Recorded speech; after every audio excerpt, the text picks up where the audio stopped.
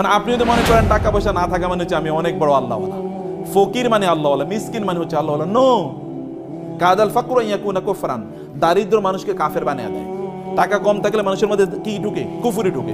বাংলাদেশের প্রেক্ষাপটে আপনি দেখবেন সবচেয়ে বেশি নামাজি কি রিক্সাওয়ালার আর কাজের বুয়ারা, আর যারা ইয়েতে থাকে ওই যে বস্তি থাকে তারা সবচেয়ে বড় আল্লাহওয়ালা।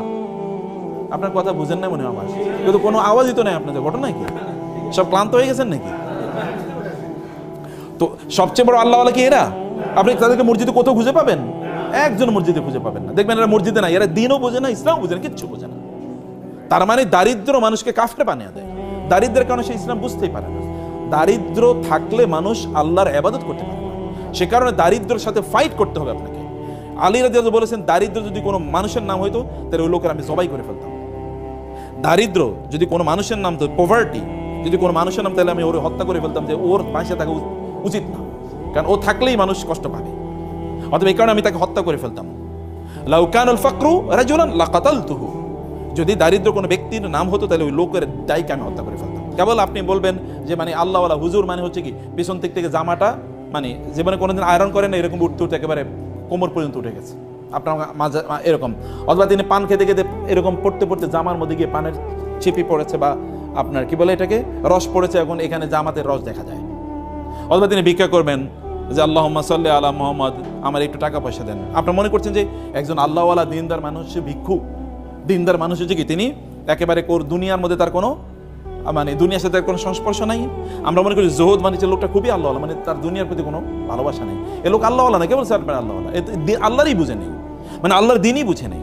আল্লাহ দিন বুঝে মানে হচ্ছে আল্লাহ রাসূল সাল্লাল্লাহু আলাইহি ওয়াসাল্লামের চেয়ে স্মার্ট কে ছিল? স্মার্ট ম্যান মানে স্মার্ট প্রফেট, এর চেয়ে স্মার্ট কেউ ছিল না। রাসূল সাল্লাল্লাহু আলাইহি তিনি সম্পদের কি মালিক ছিলেন না?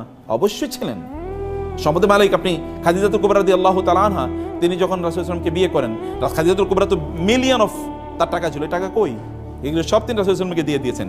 তিনি কি কাজে খরচ করেছেন that is a different issue, কিন্তু তিনি ফকির ছিলেন না, গরিব ছিলেন না, সেটা তিনি ছিলেন না। তার সম্পদ ছিল। জিবরিল এসে বললেন আমি উহুদ পাহাড়কে আপনার জন্য স্বর্ণে রূপান্তরিত করে দেই। তিনি বলছেন না, দরকার নাই, না দরকার নাই।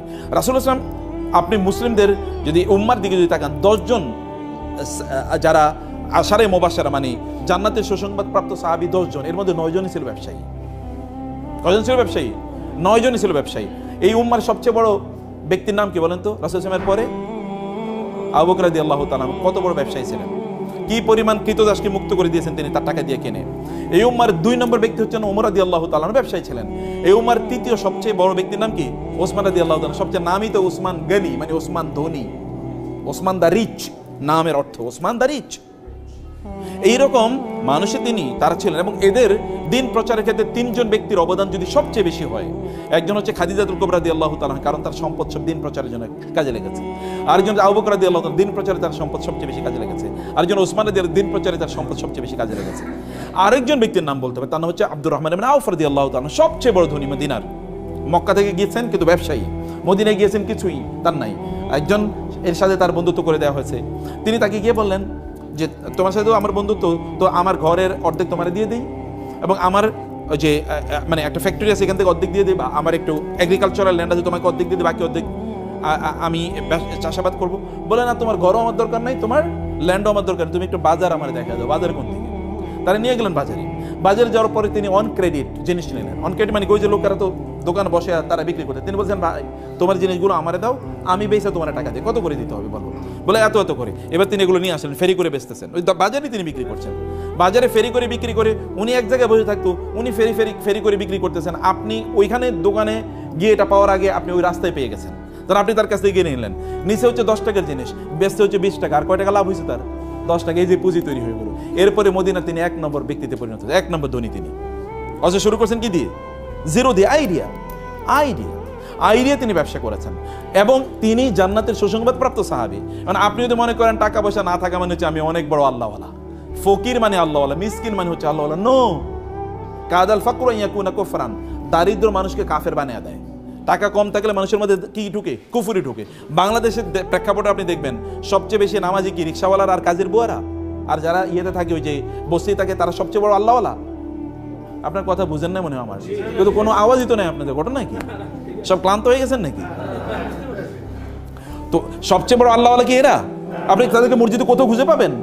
একজন মসজিদে খুঁজে পাবেন না। দেখবেন এরা মসজিদে না, এরা দিনও বোঝে না, ইসলাম বোঝে না, কিচ্ছু বোঝে না। তার মানে দারিদ্র মানুষকে কাফের বানিয়ে দেয়। দারিদ্রের কারণে সে ইসলাম বুঝতেই পারে না। দারিদ্র থাকলে মানুষ আল্লাহর ইবাদত করতে পারে না। সে কারণে দারিদ্রের সাথে ফাইট করতে হবে আপনাকে। আলী রাদিয়াল্লাহু বলেছেন, দারিদ্র যদি কোনো মানুষের নাম হইতো তাহলে ওই লোকের আমি জবাই করে ফেলতাম। দারিদ্র যদি কোনো মানুষের নাম, পভার্টি যদি কোনো মানুষের নাম, তাহলে আমি ওর হত্যা করে ফেলতাম, যে ওর বাঁচে থাকা উচিত না, কারণ ও থাকলেই মানুষ কষ্ট পাবে। অথবা এই কারণে আমি তাকে হত্যা করে ফেলতাম। লাউ কানাল ফাকরু রাজুলান লাকাতালতুহু, যদি দারিদ্র কোনো ব্যক্তির নাম হতো তাহলে ওই লোকের দায়কে আমি হত্যা করে ফেলতাম। দারিদ্র এটা ইসলাম কোনোদিন এটাকে সেলিব্রেট করে না, যে ঠিক আছে তুমি দরিদ্র, এবারে তোমার আমি সালাম দেবো। নো, কেন তুমি দরিদ্র হলা? ওমর রাদিয়াল্লাহু তাআলার কাছে কোনো লোক গেলে তিনি তাকে বলতেন, তুমি করো কি? বলে কোনো কাম করি না। বলে যাও আমার কাছ থেকে সরো, যে দুনিয়ার কামও করে না, আখিরাতের কাছে হয়তো অথর্ব স্টুপিড, এই স্টুপিড যেন আমার সামনে না আসে। কাজ করতে হবে। আল্লাহ সুবহানাহু ওয়া তাআলা এই দুনিয়া নিয়ন্ত্রণ করার জন্য আপনাকে পাঠাইছেন, দুনিয়ার মালিক হওয়ার জন্য আপনাকে পাঠিয়েছেন। এখন আপনি দুনিয়ার মালিক হবেন না, আপনি দুনিয়ার স্লেভ হবেন। কেমন করতে হবে? আপনি দুনিয়ার দাস না, দুনিয়ার দাস না, আপনি দুনিয়ার প্রভু, মানে আপনি দুনিয়ার লর্ড, আপনি দুনিয়ার কি মালিক। দুনিয়া আপনি নিয়ন্ত্রণ করবেন, আপনাকে মালিক হিসেবে আল্লাহ তাআলা দুনিয়া পাঠিয়েছেন। তাহলে দুনিয়ার মালিক হওয়ার জন্য করণীয় কি? দুনিয়ার মালিক হওয়ার জন্য করণীয় হচ্ছে আপনাকে টাকা সম্পদ ইনকাম করতে হবে। আমরা তাহলে চলেন এবার ব্যাংক ডাকাতি করি নাকি? কারণ অনেকে তো ব্যাংক ডাকাতি করে তো টাকা পয়সার মালিক হয়েছে, নাকি করে নাই? আপনাকে সম্পদের মালিক হওয়ার জন্য আপনাকে করতে হবে হলো হালাল উপায়ে আপনাকে সম্পদের মালিক হওয়া লাগবে। আপনি যদি হালাল উপায়ে সম্পদের মালিক হন, তাইলে এটা আপনার ঈমানটাকে বাড়াবে, আপনার দিনদারি বাড়াবে, দিনদারি কমাবে না। তাহলে সম্পদের মালিক আমি কেন হব?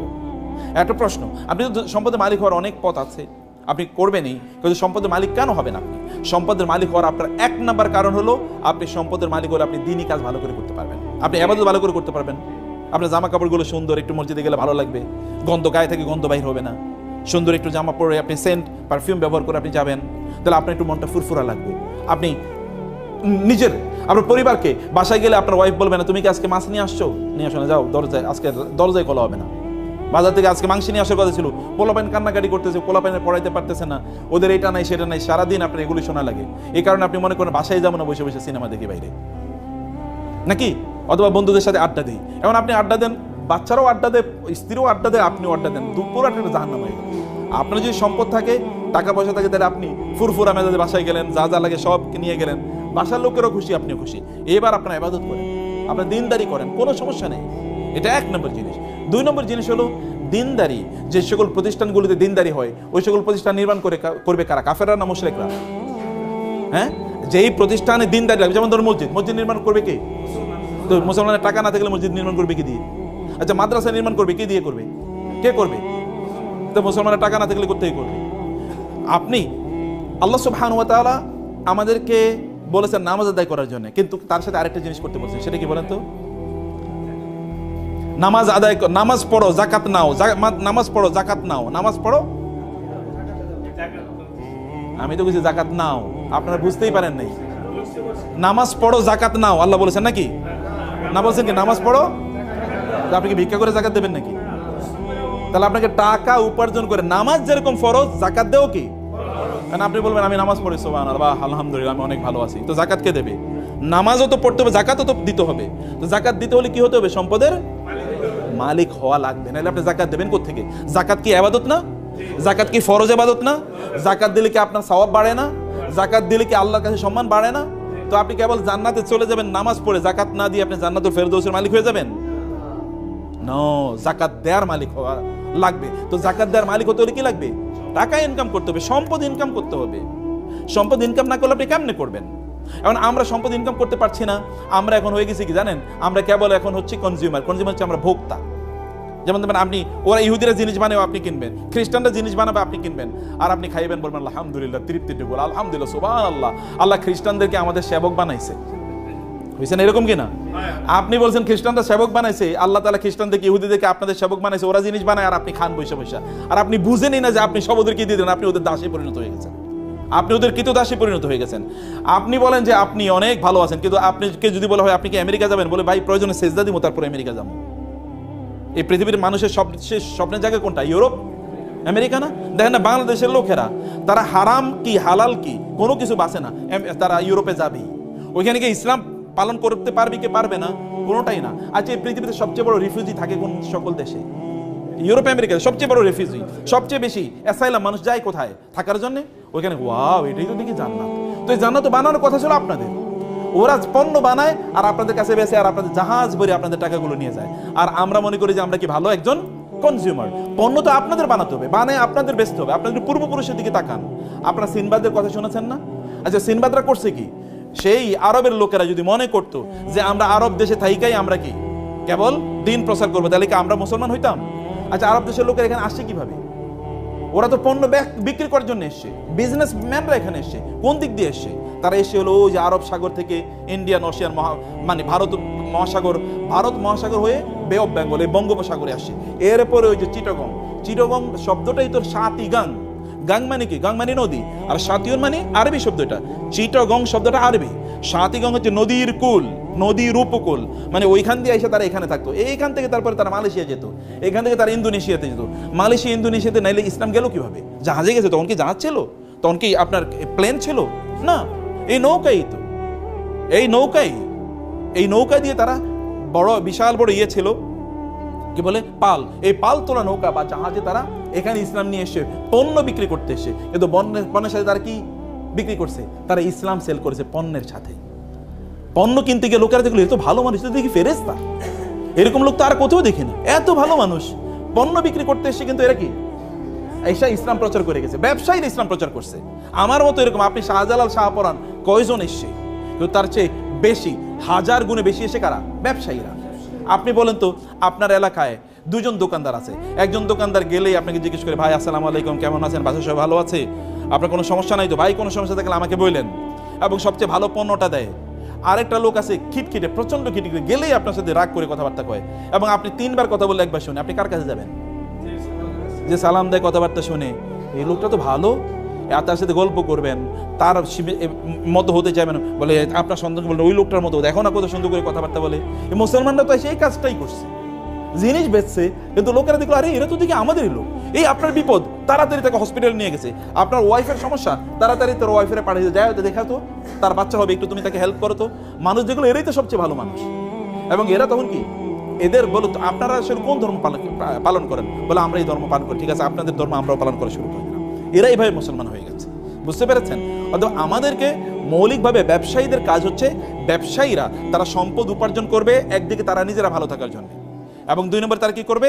এই সম্পদের মাধ্যমে তারা কি করবে? সম্পদের মাধ্যমে তারা দিন প্রতিষ্ঠার কাজে তারা ব্যয় করবে।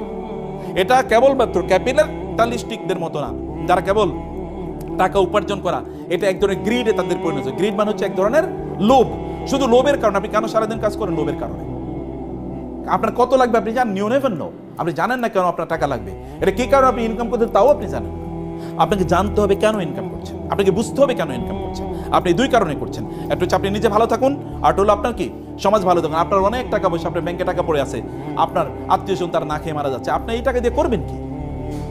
এটা আপনাকে দুনিয়াও বাঁচাতে পারবে না, আখিরাতও বাঁচাতে পারবে না। আপনার প্রচুর পরিমাণ টাকা আছে, কিন্তু আপনি দিনই কোনো কাজেই অংশগ্রহণ করলেন না, তাহলে আপনি টাকা দিয়ে করবেন কি? আপনি দেখেন এই পৃথিবীতে কারুন অথবা এরকম, আচ্ছা গত 100 বছর আগে বাংলাদেশের সবচেয়ে ধনী মানুষ কারা ছিল? 10 জনের নাম বলতে পারবেন কেউ? 1 জনের নাম বলতে পারবেন না। কিন্তু 100 বছর না, 500 বছর আগে পৃথিবীতে সবচেয়ে বড় আলেম কারা ছিল? তাদের নাম কি আমরা জানি কিনা? সবার নাম জানি। ইমাম আবু হানিফা নাম জানি, ইমাম শাফির নাম জানি, ইমাম মালিকের নাম জানি, ইমাম আহমদ বিন হাম্বল, ইমাম বুখারী, এদের প্রত্যেকের নাম জানি। এরা কিন্তু আবার ব্যবসায়ী ছিল। অতএব দেখেন তারা যে কথা, ইমাম আবু হানিফা তো ওই যুগের সবচেয়ে বড় ব্যবসায়ী। আপনি কিন্তু তার ব্যবসার কথা জানেন না, কিন্তু জানেন কি? তার দিন এর কথা জানেন, জ্ঞান অর্জন করেছেন, মানুষের কাজ করেছেন। আপনি এরকম কেন হবেন না? আপনি এরকম হতে হবে। আপনি অলস থাকবেন না। আপনার প্রত্যেকটা সেকেন্ড ম্যাটার করে, প্রত্যেকটা মুহূর্ত আপনি দৌড়ান। লাফি আমালি দুনিয়া ওয়ালাফি আমালির আখিরা, এটা হবেন না। হয় দুনিয়ার কাজ করেন অথবা আখিরাতের কাজ করেন, দুটো করবেন। দুনিয়ার কাজও করবেন, আখিরাতের কাজও করবেন না। অথবা কেবল দুনিয়া করবেন, আখিরাত করবেন না, অথবা কেবল আখিরাত করবেন আর দুনিয়া করবেন না। এটা না, ইসলাম বৈরাগীর ধর্ম না। ইসলাম বৈরাগীর ধর্ম না যে আপনার তবলা নিয়ে ঘুরবেন আর গান গাইবেন, আর হিন্দুদের মতো করে, ওদের ওই যে ইয়েদের মতো করে, অথবা বৌদ্ধদের ভিক্ষুদের অথবা খ্রিস্টানদের ফাদারদের মতো করে বিয়ে শাদী নাই, টাকা পয়সা ইনকাম করা যাবে না, এগুলো না। নো, আপনি সব কিছু করবেন ওমর রাদিয়াল্লাহু তাআলার মতো। আপনি আধা পৃথিবীর, অর্ধ পৃথিবীর শাসক। কিসের ডোনাল্ড ট্রাম্প, আর কিসের আপনার ওই যে বাইডেন, অথবা কিসের বারাক ওবামা, কিসের বিল ক্লিন্টন। ওইরকম 1 কোটি বিল ক্লিন্টন আনলে একটা ওমরের পায়ের কাছেও কি একটা নখের সমান না, এত ক্ষমতা ওমর রাদিয়াল্লাহু তাআলা আনহু। এত পাওয়ারফুল, আলাদা পৃথিবী শাসন করেন, কিন্তু তারপর রাতের বেলা কি নামাজে তাহাজ্জুদের মধ্যে দাঁড়ায় কাঁদেন, আল্লাহ তুমি কি আমাকে ক্ষমা করে দিয়েছো নাকি ক্ষমা করো নাই? এবং বলেন আল্লাহ ফোরাত নদীর তীরে যদি কোনো কুকুর না খেয়ে মারা যায় তাহলে তো আমাকে তুমি জিজ্ঞেস করবা। এবং এই কারণে লোকদেরকে বলেন খবরদার কোনো কুকুরও যেন না খেয়ে না থাকে, কোনো কুকুরের খাবারও যেন এরকম না হয় তাকে প্রোভাইড করা না, তা অবশ্য প্রোভাইড করতে হবে, তা নিশ্চিত করতে হবে। রাস্তা মসৃণ করতে হবে, সে ফোরাত নদীর তীর অর্থাৎ ইরাকে 1000 মাইল দূরে, সেখানে রাস্তা যেন মসৃণ হয়। আপনাকে এরকম মানুষে পরিণত হবে। যুদ্ধ করবেন কি দিয়ে? আপনি টাকা দিয়ে তো যুদ্ধ করতে হবে। আপনি ধরেন ইসলাম প্রচার করবেন, এখন আপনি ইসলাম প্রচার করার জন্য আপনি একটা মাহফিল করবেন, টাকা লাগবে না? এবার ভিক্ষা করবেন? আমরা মুসলমানদেরকে একটা ভিক্ষুকের জাতি বানাইছি। মসজিদ বানাবো, একটা রাস্তায় একটা থালা নিয়ে বসে থাকলো, ভাই আল্লাহর রাস্তে কিছু দেন না, মানে মইরা গেলে কি করবেন, এরকম ভিক্ষার জাতি তো আমরা ছিলাম না। আপনি একা এরকম টাকা পয়সার মালিক হন যে আমি মসজিদ টাকা বানাই দেবো, আমি মাদ্রাসা টাকা বানাবো, আমি এরকম 50 জন লোককে আমি পড়াবো, আমি এরকম 10 জন আলেম বানাবো, এরকম টাকা পয়সার মালিক হওয়া লাগবে। তাহলে আপনার দুনিয়ার জন্য ইনকাম হলে আখিরাতের জন্য আপনি গর্ব করে চলতে পারবেন, আপনি মর্যাদার মতো করে চলতে পারবেন। অন্য লোকেরা আপনাদের দেশে থাকবে, যা আমরা বাংলাদেশে গিয়ে থাকবো, কারণ ওইখানকার লোকেরা ভালো, কারণ ওইখানে ব্যবসার প্রফিট আছে।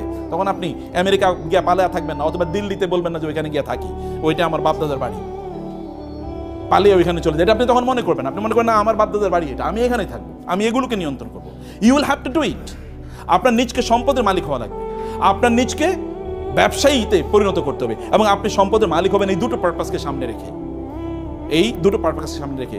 এবং তাইলে আপনি দেখবেন যে আপনি ওয়াইদু লাহুম মাসতাতআতু মিন কুওয়াতি ওয়া বিররিবাতিল খাইলি, আল্লাহ তাআলা রাসূলকে বলেছেন আপনি ওদের বিরুদ্ধে যুদ্ধ করার জন্য ঘোড়ার আস্তাবল তৈরি করুন। এখন ঘোড়ার আস্তাবল কেন তৈরি করে, কি দিয়ে তৈরি করে বলেন? ঘোড়ার আস্তাবল মানে আপনার সবচেয়ে ভালো দামি ঘোড়া এখানে উৎপাদন করা লাগবে। আবার গাড়ির দামি ঘোড়া উৎপাদন করলে ঘোড়ার খাবার দেওয়া লাগবে না? খাবার আপনাকে তার মানে আলাদা কি, এই যে মানে বিভিন্ন প্রাণীর যে খাবার এগুলোকে ফিস্ট না ইয়ে বলে, হ্যাঁ এই যে বিভিন্ন এগুলো আপনার ফিস্টের জন্য আপনাকে আলাদা ফ্যাক্টরি ডেভেলপ করা লাগবে। আবার এগুলো ধরেন রোগ আছে, রোগের চিকিৎসা করার জন্য কি আলাদা এই যে ভেটেরিনারি সিস্টেম আপনাকে ডেভেলপ করা লাগবে। আবার এগুলোকে বিক্রি করার জন্য আলাদা বাজার ব্যবস্থা তৈরি করতে হবে, চেন মার্কেট মানে সাপ্লাই চেন ম্যানেজমেন্ট আপনাকে তৈরি করতে হবে, আপনাকে আলাদা দক্ষ লোক তৈরি করতে হবে। এটা হিউজ ইন্ডাস্ট্রি।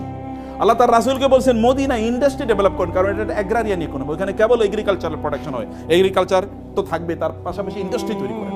1500 বছর আগে আল্লাহ রাসূলকে বলছেন ইন্ডাস্ট্রি তৈরি করেন, আর আমরা 1500 বছর পরে এসে আমরা কোন ইন্ডাস্ট্রি ডেভেলপ করলাম না।